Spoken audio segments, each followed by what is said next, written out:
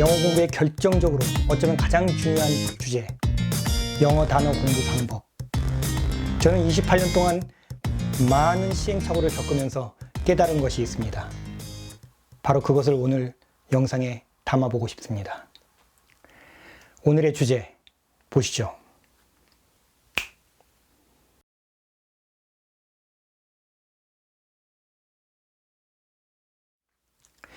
(70년) 동안 잘못해온 단어 공부, 오늘의 주제입니다.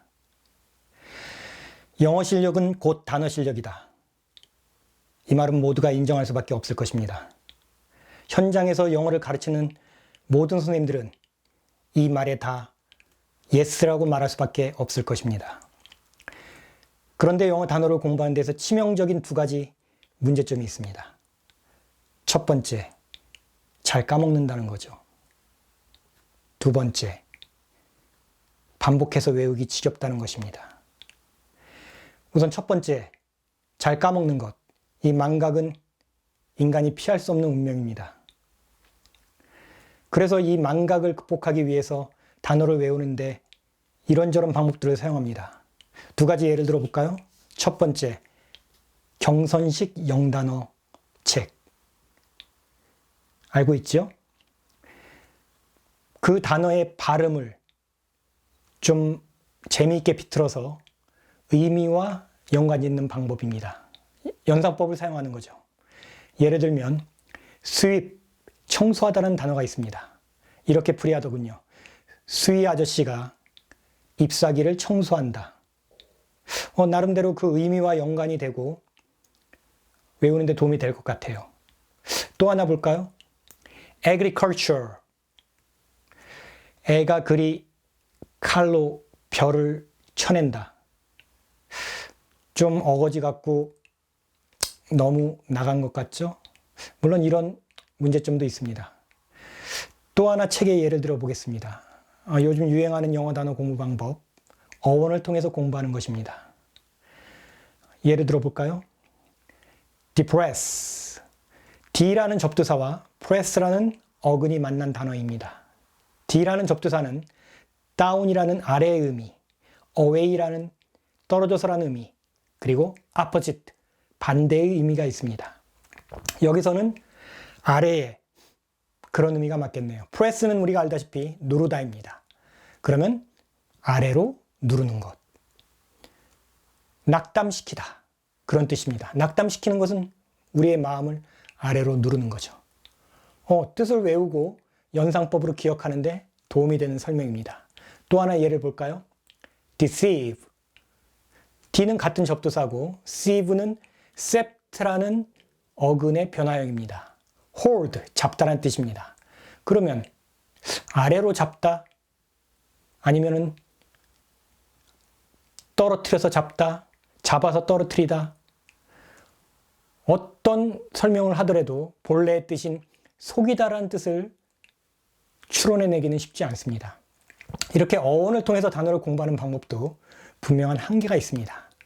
저는 이 두 가지 방법 다 의미가 있고 긍정적인 효과가 있다고 생각합니다. 자신에게 맞는 방법을 찾아야 합니다.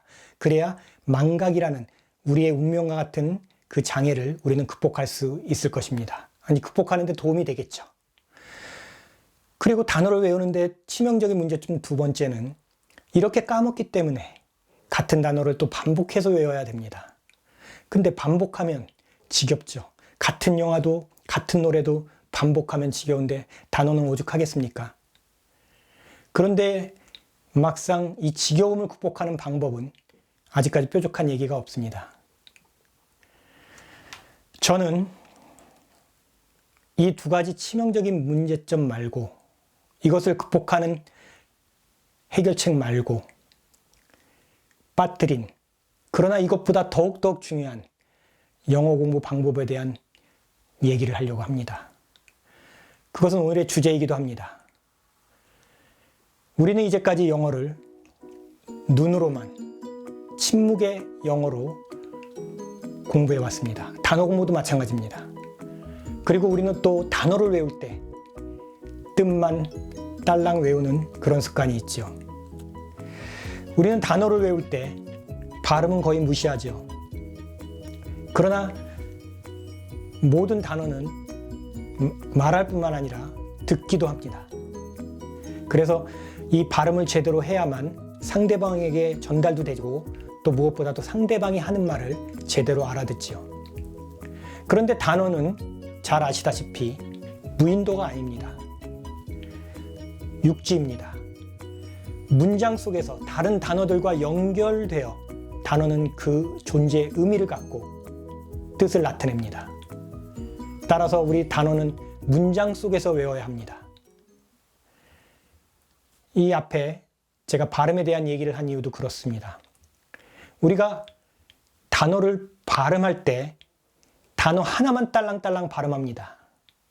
그러나 실제 단어는 문장 속에서 발음되어집니다. 간단한 한 문장의 예를 들어보겠습니다. A ghost appeared in the dream. A ghost appeared in the dream. 자, 여기에 appear이라는 단어의 과거형이 쓰였네요. 우리가 appear라는 단어를 단어책에서 외울 때는 이렇게 발음하죠. appear, 나타나다. 그런데 이 문장 속에서는 appear 이렇게 안 들리죠. appeared 이렇게만 들립니다. 왜? 앞에 있는 ghost에 그 어가 붙어서 a ghost appeared in the dream 이렇게 들리기 때문이죠. 이렇게 단어도 정확하게 듣기 위해서는 또 문장 속에서 발음하기 위해서는 문장을 직접 듣고 또 소리내서 따라해 보는 것이 매우 중요합니다. 저는 오늘 두 가지 문제점을 얘기했습니다. 문장 속에서가 아니라 단어만 딸랑 외우는 것. 그리고 또 하나는 소리를 내지 않고 듣지 않고 눈으로만 단어를 외우는 것. 근데 지금 현재 단어책들을 한번 보십시오. 대부분의 단어책들이 예문과 같이 써 있습니다. 그 예문의 분량이 60%가 넘습니다. 그런데 아이들은 그것을 다 버리고 40%의 가치만 갖는 단어책을 공부하고 있는 거죠. 매우 잘못된 공부 방법입니다. 저는 이렇게 얘기하고 싶습니다. 소리는 에너지다. 소리를 내서 단어를 외우면 그 긍정적인 에너지가 내 귀로 들어와서 단어를 암기하는데 더 큰 효과를 불러일으킵니다. 그래서 반드시 소리를 내서 자기 소리를 듣고 또는 원어민이 읽어주는 문장을 듣고 또 자기가 소리를 내서 직접 따라 말해보는 것. 이것만 한다면 잘 안 외워지는 어려운 단어도 자기 것으로 만들 수 있는 경험을 하게 될 것입니다. 제가 수업 시간에 즐겨하는 말이 있습니다. 문 떨단 물방울. 한자 성어는 아닙니다. 제가 만든 말인데요. 문장 속에서 떨어져 나온 단어는 물 밖에 있는 물고기처럼 죽은 것이다. 다시 한번 강조합니다.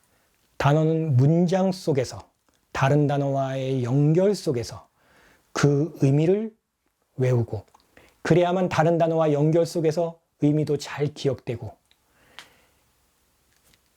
소리를 내서 말하고 또 소리로 읽어주는 것을 듣고 이렇게 입체적으로 영어 단어 공부를 하기를 강력히 추천합니다. 바로 이 반복하는 지겨움을 극복하는데 내가 직접 소리를 입으로 말해보고 또 들어보는 것, 이렇게 생동감 있게 공부하는 것, 이것이 나름대로의 큰 의미를 갖는다고 생각합니다. 지겨움을 극복하는데 조금이라도 도움이 된다고 저는 확신합니다. 해방 이후 70년 동안 잘못해온 단어 공부 방법, 이제는 극복해야 합니다. 이제는 더 이상 이런 방법으로 영어 단어를 외울 수는 없습니다. 감히 단언합니다. 인류 역사상 가장 효과적이고 올바른 단어 공부 방법은 소리를 듣고 또 소리를 말하고 그것을 문장 속에서 공부해야 된다. 이것입니다.